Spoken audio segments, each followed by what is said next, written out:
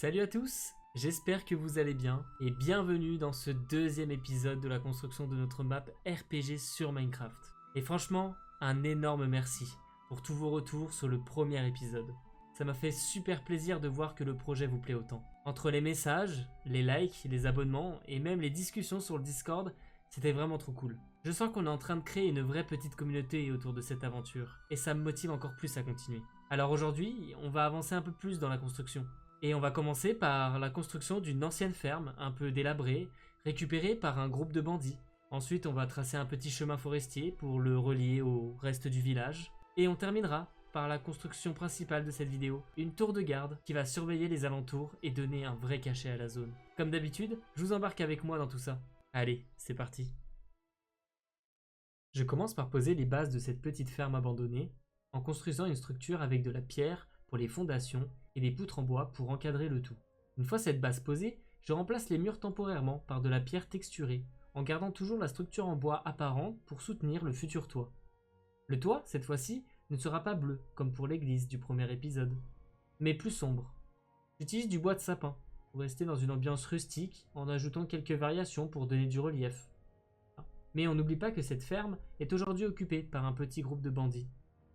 Je commence à placer quelques drapeaux, à casser certaines parties du toit et à ajouter des fenêtres abîmées pour marquer ce changement d'ambiance.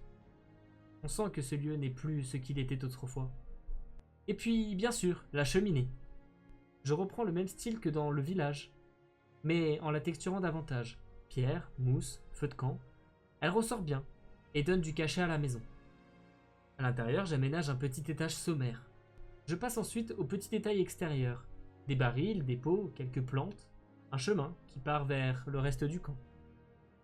Dehors, je commence à délimiter l'espace avec des barrières, à placer des éléments de vie autour des tonneaux, de la végétation, un puits juste à côté de la maison. C'est simple, mais ça raconte déjà quelque chose. Enfin, je trace un petit chemin en terre et j'aménage un champ devant la ferme.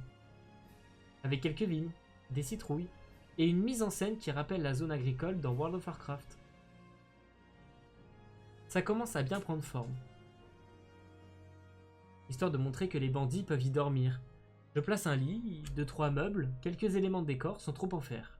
Et voilà, cette première partie de la construction est terminée. On a maintenant une ferme délabrée, occupée par des bandits, avec un bon niveau de détail.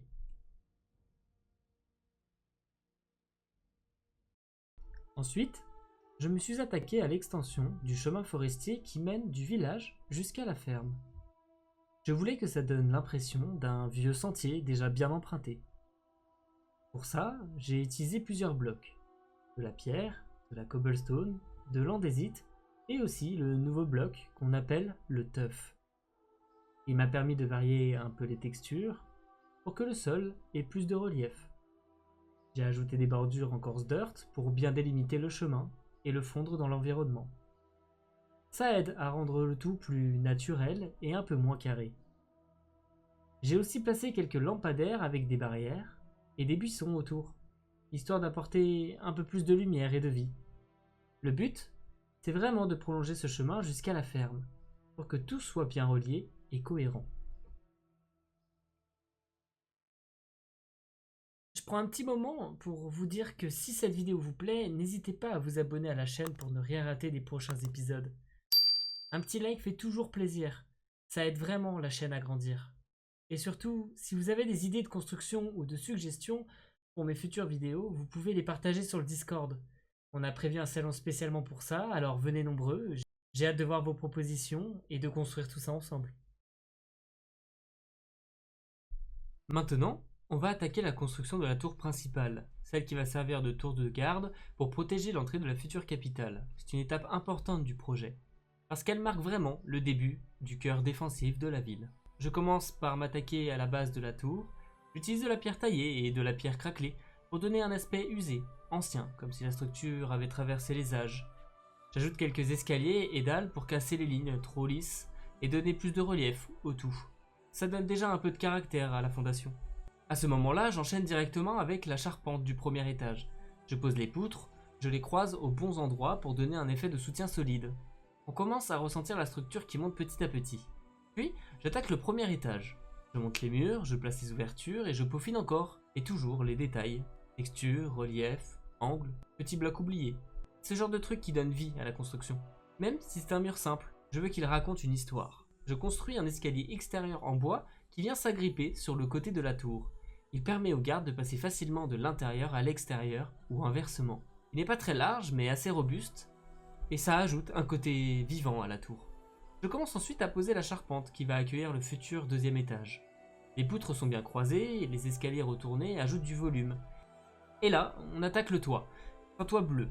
Toujours dans la même palette que le reste de la ville, j'essaie de garder une forme assez pointue. Mais pas trop non plus. Je veux qu'on puisse l'identifier de loin sans qu'elle domine tout. Je construis aussi une sorte de mini toit annexe, une plateforme légèrement surélevée, pour permettre une meilleure vue d'ensemble. Parfait pour un archer ou un garde de faction. Une fois l'extérieur terminé, je passe à l'intérieur. Je commence par poser tous les planchers. Chaque étage aura sa propre ambiance. Je m'occupe du deuxième étage que je transforme en espace de stockage. J'y place des coffres, des bougies, quelques toiles d'araignée dans les coins. Comme si l'endroit avait déjà un peu vécu. Il y a aussi des jarres et quelques tonneaux. Un vrai bazar organisé. Le premier étage, lui, devient un petit dortoir pour les gardes. 2 lits, quelques tapis au sol, des étagères, des coffres pour poser leurs affaires. Et un peu de déco pour que ce soit chaleureux. Je veux que ça soit simple, mais qu'on imagine que c'est des gens qui y dormaient vraiment. Au rez-de-chaussée, je garde l'idée d'une petite réserve. Ou d'une mini-armurerie. Des jarres, des tonneaux, du bois empilé, quelques lanternes. L'ambiance est un peu plus sombre, mais ça colle à l'entrée de la tour. Une fois l'intérieur terminé, je ressors et je construis un petit feu de camp, juste devant la porte. Je pose quelques rondins autour pour créer un coin où les gardes peuvent se reposer ou se réchauffer entre 2 rondes. Et pour lier tout ça au reste, je trace un petit chemin en pierre devant la tour. Je commence à construire un ponton en bois qui permet de relier cette entrée à celle du village, qu'on avait déjà fait dans l'épisode précédent. Et voilà le résultat, une tour simple mais solide, qui pose déjà les bases de l'univers qu'on est en train de construire. On commence à voir le projet prendre forme, et croyez-moi, ce n'est que le début. Et voilà, la tour est en place, et ce n'est que le début de ce qu'on prépare pour cette map. Si la vidéo t'a plu, pense à t'abonner, et à lâcher un petit like. Et à me dire ce que tu en as pensé en commentaire. Ça m'aide énormément pour la suite de la série. On se retrouve très vite pour la prochaine construction. À bientôt.